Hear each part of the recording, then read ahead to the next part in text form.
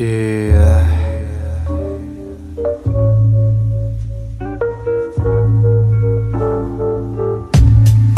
Tormentas de verano. Un junkie más.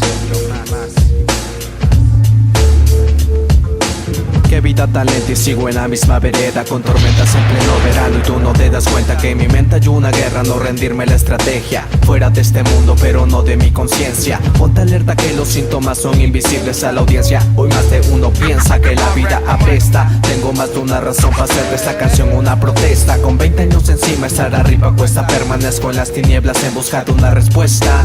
Pura pregunta de mi family, ¿quién es tu oveja negra? Y no es que me arrepienta, pero la vida da vueltas. Estoy acostumbrado a caminar por este mundo a ciegas.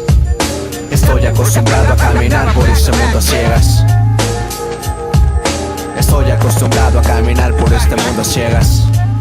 Tormentas de verano.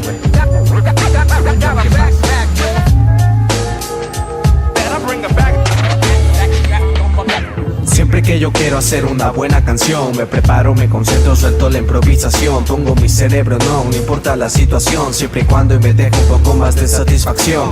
Bro, lo mío no es hacer música cansa. Yo me divierto ver que mis letras encajan, moverme, bailar al ritmo de este bombo y caja. Siempre con las manos en el aire, tú dime qué tranza. Yo que pocos pero locos caminando en las banquetas. De algún modo te encontramos, no importa si fue maquetas o si ocupas de recetas para entender esas letras. Te sugiero que no temas, escuchen más de mis temas. No te pongas amarillo con mi ton, con mi son, con mi flow, por esa imaginación que ocupo en cada canción. Mi vida mezclada con un toque de inspiración. Bro, no temas que aquí está tu salvador. Poco a poco lucharé por devolver este hip hop a su estado natural, como drogas sin cortar. Venga, vamos a importar material de calidad. Ya verás, son los junkies manteniendo lo real. Por si gustas comprobar, River White es el lugar.